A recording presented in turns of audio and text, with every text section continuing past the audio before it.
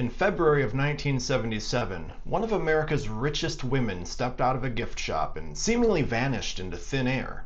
Within days, cryptic clues started to surface: burned diaries, forged checks, a mysterious meat grinder delivery, and even graffiti that accused somebody of murder. Decades later, her disappearance would expose a secret criminal underworld involving conmen, horse killers, and mobsters. This is the true story of Helen Brach, the candy heiress who left and never came home. Helen Voorhees Brach was not born into wealth. In 1911, she was born on a small Ohio farm and worked humble jobs as a young woman. But her life changed dramatically in 1950 when she met Frank Bach, the heir to the E.J. Brock & Sons Candy Company fortune. The couple married, and Helen went from a coat check girl to a multimillionaire heiress of one of America's biggest candy empires. And by all accounts, Helen and Frank's marriage was happy. They split their time between a Chicago area estate in Glenview, Illinois, and a winter home in Florida. When Frank died in 1970, Helen inherited a vast fortune, estimated to be around $20 million at the time, which would eventually grow to about $30 to $50 million by the late 1970s, or $400 million in today's dollars. So at age 65, Helen Brach was one of the richest women in America.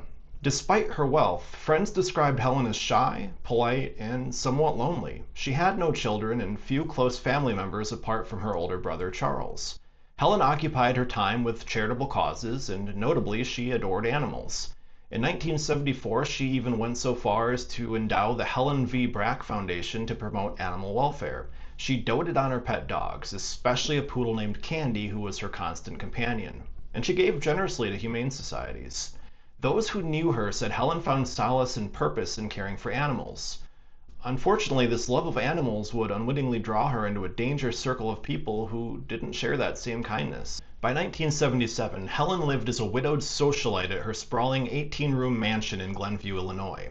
She kept a household staff, which included a longtime houseman and chauffeur named Jack Matlick. Matlick had worked for the Brachs for decades. First, he served Helen's husband and then effectively became Helen's right-hand man after Frank died. He managed maintenance of her properties and often ran errands for her. Helen trusted him enough that he could freely come and go from her home as he pleased, and some even said he felt like part of the family. In hindsight, that trust might have been tragically misplaced. Another thing Helen was known for was being kind of horse crazy. After Frank's death, she developed an interest in show horses and also the glamorous equestrian scene. And this hobby brought new people into her life, including a smooth-talking horse trader named Richard Bailey, who would later become a key figure in the mystery of her disappearance.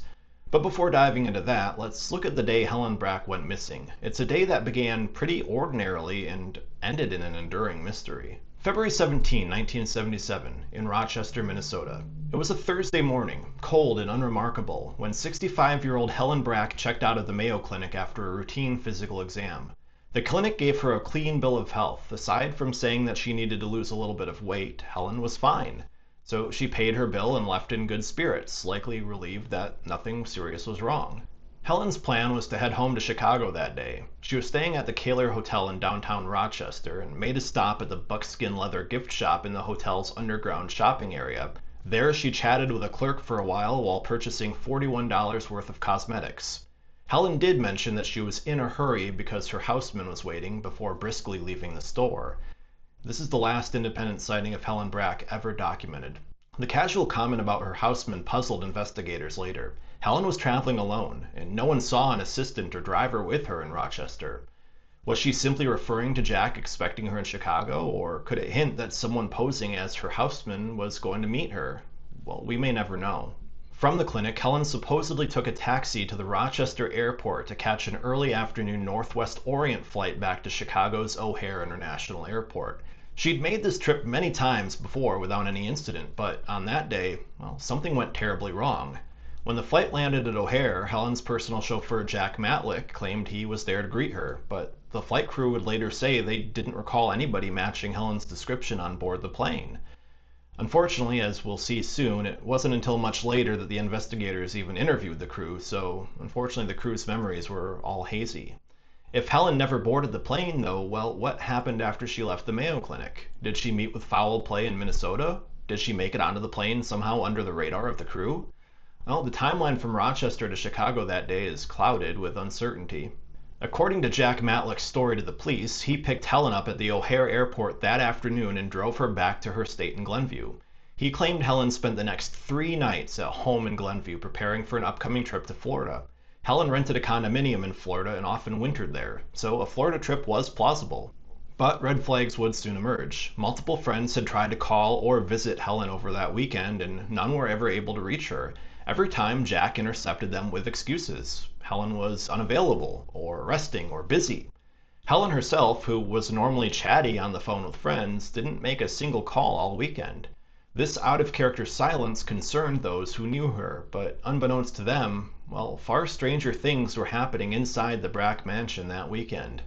As the only person who allegedly saw Helen after her clinic visit, Jack Matlock became a focal point of the story. His later accounts raised more questions than answers. Matlock said on Monday, February 21st, he drove Helen to O'Hare Airport at 6 a.m. for her flight to Fort Lauderdale, Florida.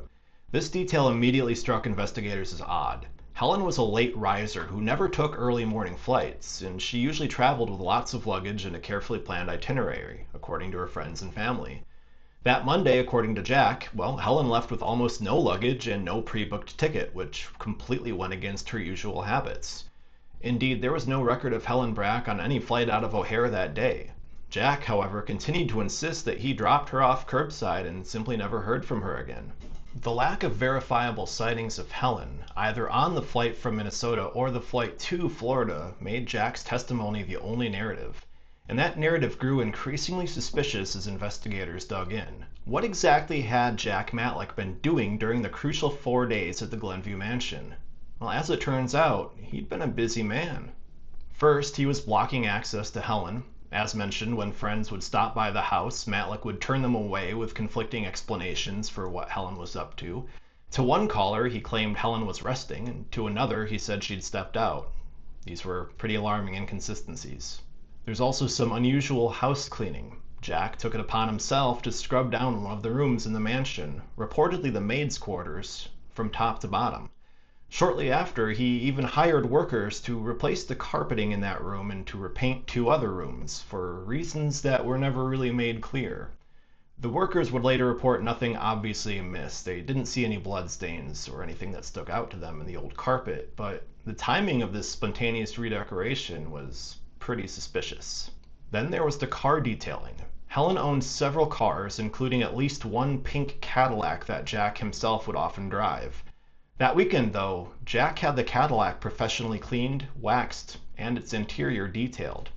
For those of us in the Great Lakes states, you might understand that doing a full detailing in the dead of winter, unprompted, well, might raise some eyebrows. Was he trying to eliminate something like maybe some evidence from inside the vehicle? Then there was a meat grinder. The media was quick to latch onto this one because it was kind of one of the more bizarre activities that Jack did during that time frame. He'd called around to 5 different department stores to get a 9-pound meat grinder attachment and had it delivered to the house during those 4 days. Now, the purchase of a meat grinder isn't necessarily criminal, but, well, shortly after someone goes missing, it is a chilling coincidence and investigators just couldn't ignore it. Was it used for an innocent kitchen project, or was it something a bit more sinister than that? It's worth noting here that disposing of a body using a small household meat grinder would be, well, kind of difficult and gruesome, so this remains one of the more bizarre clues. Then there's the empty deposit box. Supposedly after dropping Helen off at the airport to Florida, Jack visited her bank and emptied out her safety deposit box, which was something he'd never been asked to do before. Then there were the forged checks. Jack cashed 6 checks totaling around $13,000 from Helen's accounts over the weekend. Each check bore what looked like Helen's signature, but later analysis would show the signatures were forgeries. When first questioned about it, Jack claimed Helen had signed them to pay contractors and some bills before she went on her trip. But after forensic experts determined the handwriting was absolutely not Helen's, Jack changed his story. He now asserted that he signed the checks on her behalf because, well, she injured her hand under a heavy trunk lid. That excuse sounded absurd, and moreover, handwriting experts also doubted the signatures were Jack's. So, in other words, a third party might have signed those checks, adding yet another layer of mystery to the case.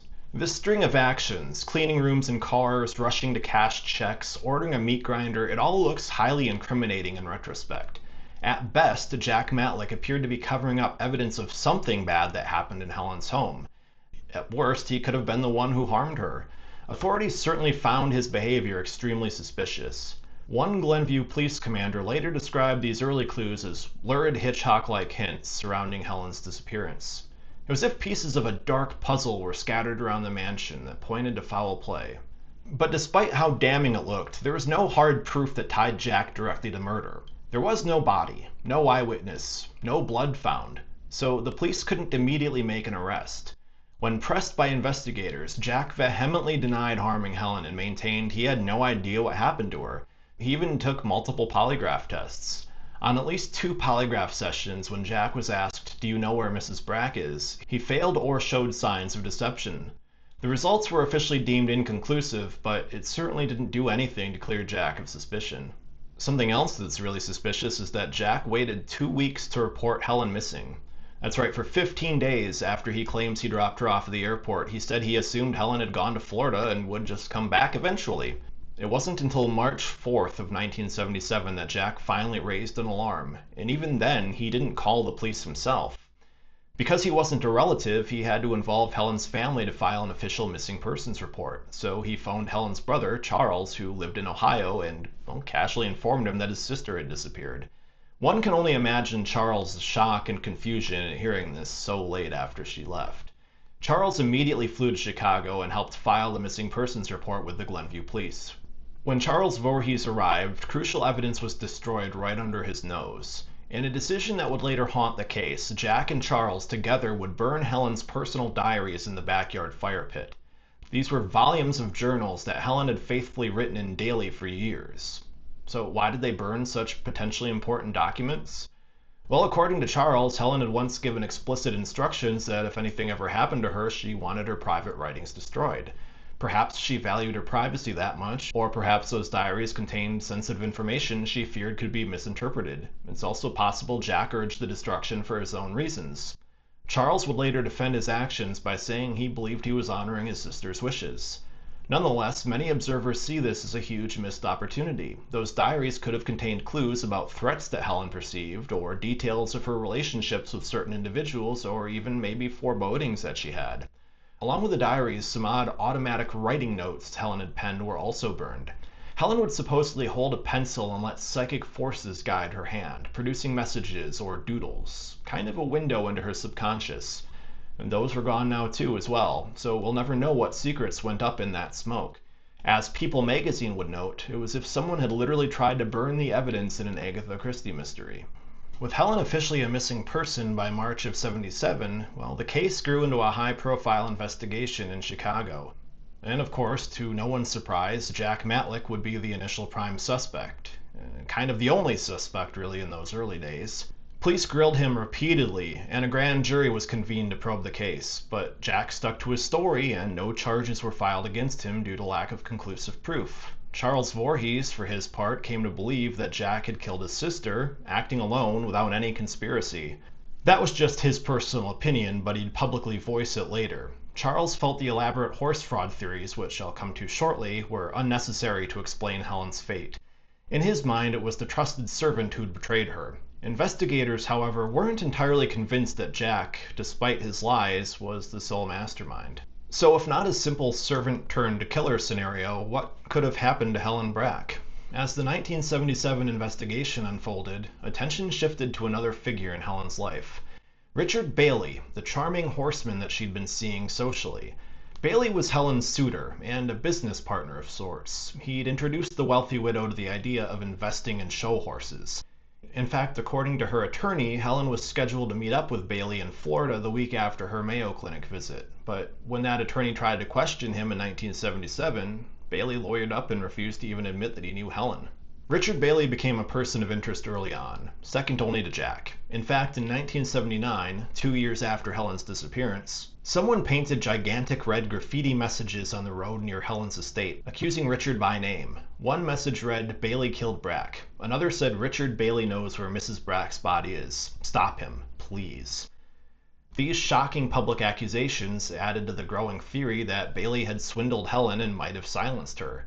So Richard Bailey was hauled before a grand jury in 1979, but he pled the Fifth Amendment to every question, even the basic, "Did you know Helen Brach?" So he wasn't going to talk.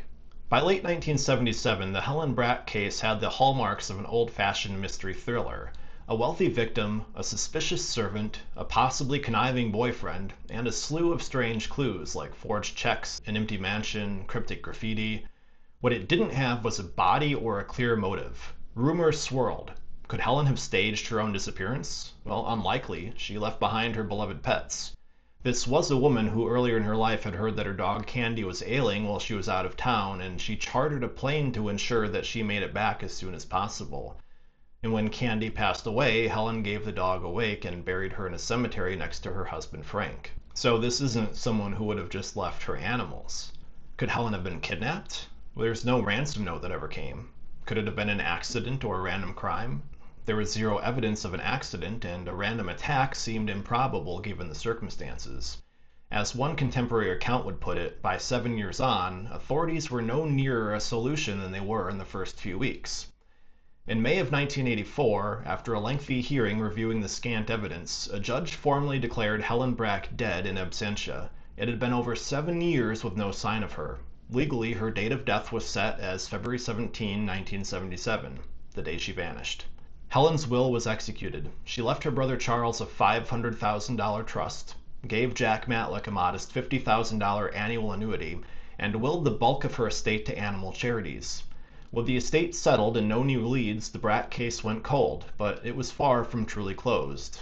There were still some astonishing developments that laid ahead. For more than a decade, Helen's disappearance remained an enduring Chicago mystery, often compared to the Jimmy Hoffa case in its elusiveness. Investigators had little to go on beyond the conflicting stories of Jack and Richard. But then in the late 1980s, the case got a jump start from a completely different angle, the shady world of horse trading and insurance fraud. This is where Helen Brach's fate intersects with a much larger criminal conspiracy, one that journalists would later dub the horse murders or the horse mafia scandal. That's right, Helen's friend Richard Bailey wasn't just a casual horse enthusiast. He was part of a network of con artists in the equestrian industry. Throughout the 70s and 80s, a secret ring of horse owners, trainers, and brokers engaged in heinous crimes to make money off of expensive show horses. Their scam was relatively simple in concept, but ghastly in execution. Kill the horse, collect the insurance. The same wealthy people who flaunted their champion horses in public were covertly hiring hitmen to murder underperforming animals for cash. It was animal cruelty at its worst. Starting around 1989, a U.S. Attorney Office task force began connecting the dots between Helen's case and the suspicious horse deaths. It turned out that Richard Bailey was a key player in these horse fraud schemes. He had a reputation for wooing older women and duping them into investing in horses that had inflated values, often horses that were later killed or sold at a loss. In Helen's case, Richard had courted her and convinced her to spend at least $250,000 on show horses that were really nowhere near worth that price. Her accountant suspected that she was being fleeced. Friends of Helen's were horrified to see an inexperienced widow falling under Richard Bailey's spell. Anyone in the know said, "Oh my God, here's one who's going to be taken advantage of." Helen was vulnerable and naive in the cutthroat horse business, and Richard Bailey took full advantage of that. By reports of Helen's own statements, she caught on to Richard's scam sometime in 1976. Investigators later heard that Helen felt cheated and was threatening to report Richard to the authorities. She might have even planned a lawsuit against him, which put her in extreme danger. In the underbelly of Chicago's equestrian scene, there was a powerful crime figure named Silas Jane, and Richard was connected to him. Silas Jane was a notorious Illinois horse breeder and stable owner with a long criminal history, which included rape, extortion, and even ordering the murder of his own brother. He and his relatives, also called the Jane Gang, essentially ran a mob-like organization dealing in horses and criminal schemes. If Helen Brach was about to expose a major fraud involving one of Jane's proteges, that could have been a motive for him to eliminate her. In July of '94, 17 years after Helen vanished, federal prosecutors finally made their move. They announced a sweeping indictment of 23 people as a result of a 5-year investigation into the equestrian industry. Prosecutors at the time described it as a virtual who's who of the nation's equestrian industry who'd gone bad, according to the LA Times. Among those charged were 19 individuals accused of cruelly killing horses for insurance payoffs, and 4 individuals, including Richard Bailey, who were accused of defrauding people via sham horse deals. The crimes detailed were stomach-turning. One trainer confessed to killing horses and committing arson to claim the insurance money. Another trainer was essentially a horse hitman known by the chilling nickname the Sandman. Even a millionaire heir to a phone company fortune, George Lindemann Jr., was indicted for paying someone $25,000 to accidentally kill his show horse so he could collect $250,000 in insurance. This scandal showed that wealth and status meant nothing to them. Greed was king and horses were mere pawns in their scheme. It was no wonder that animal-loving Helen would have been horrified if she'd indeed discovered even a tiny bit of this horror. And sure enough, it seemed likely that Helen did uncover some of the plots. One of the 1994 indictments explicitly charged that Richard Bailey had conspired with others to murder Helen Brach because she'd threatened to blow the whistle on all of this fraud. The indictment alleged that after Helen confronted Bailey about wasting hundreds of thousands of her dollars on worthless horses, he and a second unidentified person had arranged to have her killed. Notably, the charges stopped short of naming who actually carried out the murder. No one was indicted for physically killing Helen at that time. Essentially, they nailed Richard Bailey on fraud and said that he caused Helen's murder, but without a body or direct evidence, they just couldn't charge murder outright. So Richard Bailey couldn't be charged with murder because there was no body. However, if you're curious about a case where someone was charged with murder despite no bodies ever being found, check out this video from our channel here. Back in 1994, Richard Bailey maintained his innocence regarding Helen.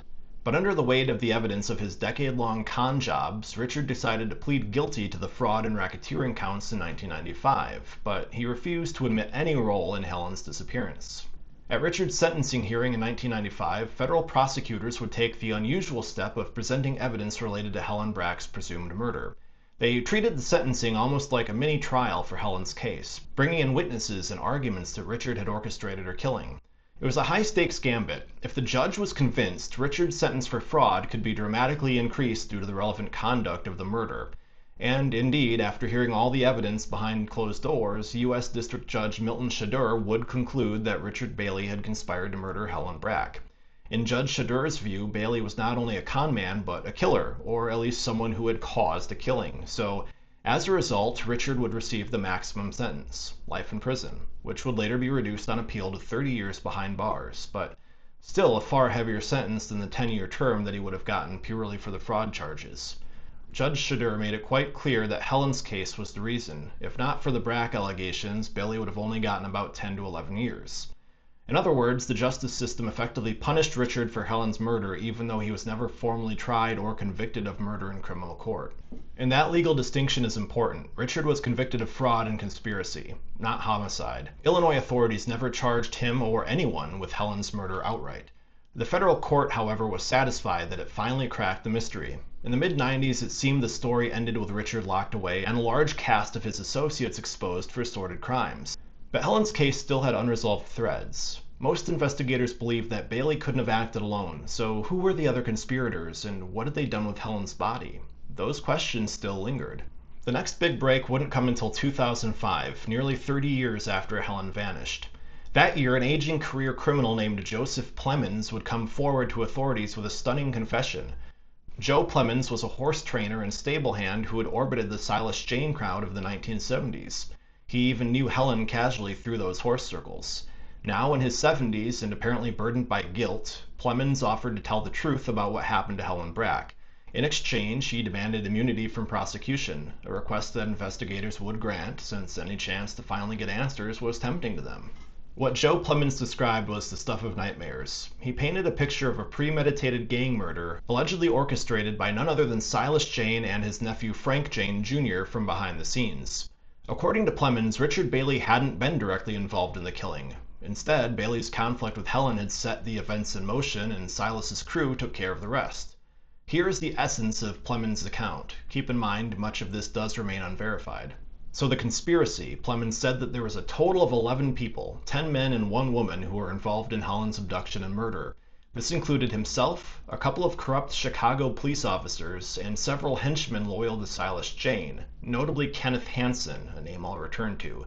He claimed Silas Jane, despite being in prison in 1977, had given the order to kill Helen because she was about to expose their horse fraud racket. So Frank Jane Jr. allegedly helped coordinate with everybody on the outside. Then there's the abduction at the clinic. Recall how the flight crew didn't recall seeing Helen on the plane after her trip to the Mayo Clinic. Well, Plemons offered an explanation. He said the female conspirator impersonated Helen that day, used Helen's ticket, and boarded the plane to Chicago in her place. Meanwhile, the real Helen never left Minnesota of her own accord. Instead, the conspirators would intercept her after her clinic visit and drive her back to Illinois by car. It's unclear exactly how they lured her. Maybe someone she knew had offered a ride, or she was tricked into meeting somebody. But the scenario neatly does explain the discrepancy of Helen not being spotted on that flight. It's also possible that when she told the gift store clerk that her houseman was waiting for her, she might have literally meant that Jack Matlick was in a car waiting for her to leave the store, which could suggest that he was in on the plot. Then the murder at home. Plemons claimed that Helen was taken to her Glenview mansion, her own home, where a group of men were waiting. There she was brutally beaten and likely interrogated or threatened. Ultimately, Plemons would admit that he shot Helen twice, killing her. This allegedly happened sometime over that fateful weekend when Jack was keeping everybody else away from the house. Plemons' confession was explosive. It tied together the loose ends. Helen's threat to expose the fraud led to Silas ordering a hit. Jack isolated her. A female decoy covered her absence. A crew of enforcers killed her, and finally they disposed of the evidence. It even looped in Kenneth Hansen, who I mentioned earlier was an associate of Silas Jane, who happened to be the culprit in another Chicago cold case, the 1955 murders of 3 boys. Hansen had been convicted in 1995 of those murders after 40 years. So if Plemons is to be believed, it's a chilling connection that shows how one vicious circle of criminals can be responsible for multiple crimes, even decades apart. Crucially, Plemons insisted that Richard Bailey wasn't involved with the actual murder. In fact, his story painted Richard as unaware that Silas's crew even took action. Some have theorized that Richard might have offhandedly mentioned Helen's threat to expose the fraud to Silas or Frank Jane Jr., and one of those two decided to get rid of her for the sake of their horse racket, without Richard really asking. For investigators in 2005, Plemons' testimony was tantalizing but also problematic. On one hand, he'd provided specifics that nobody else had, finally shedding some light on Helen's last moments. He even handed over a piece of physical evidence, a large ruby ring that he claimed fell off of Helen's finger as they were handling her body for disposal. Plemons said he pocketed the ring as sort of a morbid keepsake or insurance of some sort, and decades later his conscience drove him to surrender it. Friends and family of Helen's looked at the ring and believed that it had indeed belonged to her. It looked like one that she often wore. Unfortunately, attempts to extract DNA from the ring or otherwise conclusively link it to Helen failed. So it remains a strongly suggestive but not definitive piece of evidence. On the other hand, Joe Plemons was a self-admitted lifelong con man and had given multiple conflicting accounts over the years about his involvement in various crimes. He wasn't exactly a Boy Scout coming clean. He was a criminal in his 70s who might have wanted attention or to settle scores. Investigators had to verify what they could. They did find Plemons had, in fact, helped solve the Hansen case by testifying in 1994. In fact, he provided key testimony that Hansen had privately confessed to the 1955 murders. So Plemons did have a track record of coming forward with truth on at least one occasion, but still, convicting anyone based on his word alone would be an uphill battle. Ultimately, no new charges were filed as a result of Plemons' confession. By 2005, many of the alleged conspirators were either dead or already in prison on other charges. Silas Jane had died in 1987 at age 80 and took his secrets with him. Kenneth Hansen was serving life for the 1955 murders, and he died in 2007 in prison. Frank Jane Jr., Silas's nephew, was in prison in Illinois on unrelated arson charges, and he would flatly deny involvement in Helen's case, as did all the still living people that Plemons named. Jack Matlick was also still alive in 2005, but elderly. He too would continue to deny everything about Helen's fate. Interestingly, a retired federal agent would publicly state after Jack's death that he was certain that Jack Matlick was responsible for Helen's disappearance in some capacity. But during Jack's life, no one managed to crack him. Jack died in 2011 at a nursing home in Pennsylvania, never facing any charges related to Helen's disappearance. And Richard Bailey, after hearing of Plemons' claims, tried to use them to clear his own name. He petitioned for a new sentencing hearing, arguing that if Plemons says that he wasn't involved in the murder, then the rationale for his long sentence had been undermined. However, a U.S. Court of Appeals in 2005 would reject this bid. The judges wrote that this new evidence did not clearly prove Richard Bailey's innocence in the conspiracy. In their view, it might be grounds for a separate appeal of his conviction, but not an automatic sentence reduction. So Bailey remained in prison until he served out the entirety of his term. Richard Bailey would finally be released from prison in July of 2019 at 89 years old. In one of his first interviews after gaining freedom, he still proclaimed his innocence in Helen's murder. He conceded he was a swindler, calling himself the Golden Tongue for his ability to con people, but he insisted he truly loved Helen and wanted to marry her. No way, shape, or form would he harm her, Richard would tell reporters. He even shared a song he wrote to Helen, supposedly while in prison. Now, it's hard to reconcile his claims with the known facts that Helen was preparing to sue him. Perhaps Richard, in his advanced age, was reinventing history for his own conscience. He'd even authored a self-published book titled Golden Tongue, The Innocent Man That Killed Her, implying he was wrongly vilified. Most investigators still believe Richard had set Helen up for swindle and, whether intentionally or not, put the wheels in motion that led to her death. Richard Bailey died in 2023 at the age of 93, taking any secrets that remained with him. So what of Helen Brach, the candy lady? Officially, her case remains unsolved. Glenview police still keep her files in the evidence room. Boxes of notes and interview transcripts sit there collecting dust. There have been occasional new tips. As recently as 2022, there was a theory that she might have been buried under a suburban horse farm, which didn't pan out, but no physical evidence of Helen ever surfaced. And according to Plemons, one possibility is that she was taken to Gary Steelworks, and they fired up a kiln there and essentially cremated her. And for anybody who's ever been through Gary, Indiana, well, you know exactly what building that is. In Unionport, Ohio, a marble monument stands over the graves of Helen's parents, her husband, and her beloved dog Candy, and next to them is an empty tomb with Helen's name. While there may never have been justice for Helen, her disappearance did help to unravel a hidden criminal network. Federal agents said that in pursuing her case, they exposed the seedy underside of an unlikely world of animal cruelty and solved multiple other heinous crimes along the way. In fact, Silas Jane's own Wikipedia page alleges that he was connected with 9 other murders and disappearances, one of which he would eventually be convicted of. If you'd like to hear more about those cases in a future video, let me know in the comments. Helen Brach's story is now firmly part of Chicago lore, but it's told with a tone of respect for the victim at its center. She wasn't just the candy heiress, or a plot device in a tale of crime. She was a real person who loved her dogs, cherished animals, and tried to do good with her fortune. I'd like to think that Helen would have been proud to know that her disappearance would eventually lead to the downfall of criminals who were quick to harm the very animals that she loved. In her memory, the charitable foundation she started, the Helen V. Brach Foundation, continued to fund animal welfare projects for many years. As recently as 2023, the foundation gave out over $6 million in grants to nonprofits in and around Chicago.